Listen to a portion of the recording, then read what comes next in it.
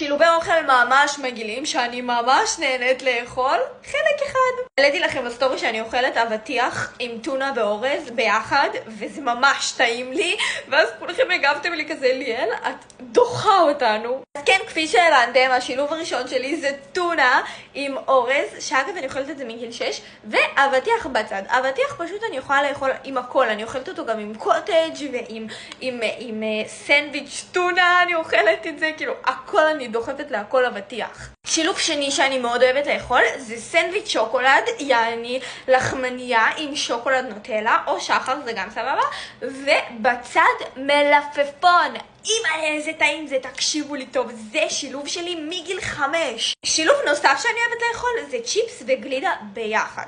אם אתם לא אוהבים את זה, אז אתם המוזרים ואתם צריכים לעשות בדק בית, כי זה הדבר הכי טעים בעולם. והדבר האחרון לעכשיו שאני אספר לכם שאכלתי, וכאילו כולם הסתכלו עליי בשולחן כאילו, אחותי, ליאל, מה קורה לך?